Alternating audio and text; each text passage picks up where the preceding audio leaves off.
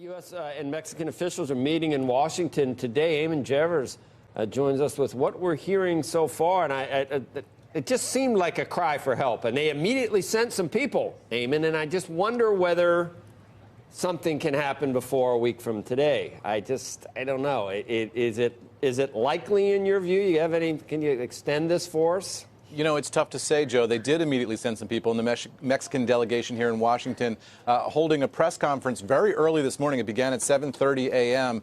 To lay out their response here to the president's tariff threat. And what the Mexicans are saying is ultimately that any tariffs that are imposed on Mexico will hurt both countries. Take a listen.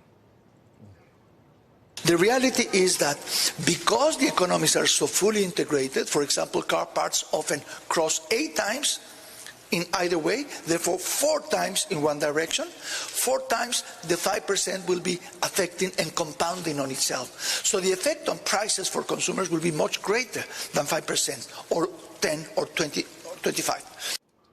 The officials also said they're willing to negotiate with the United States, but ultimately there's a limit to that, and that limit, they said, is Mexican dignity. So at some point here, Joe, you are getting up against an issue of just Mexican national pride in terms of how they ought to handle issues in their country.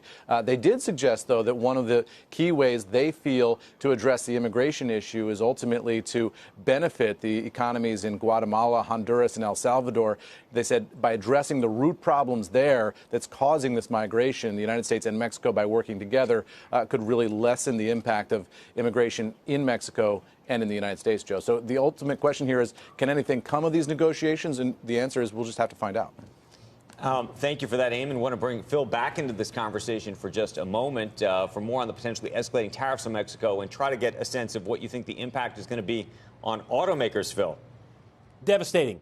In a word, Andrew, it's devastating, in part because of those parts going back and forth across the border. How many times are they going to be tariffed?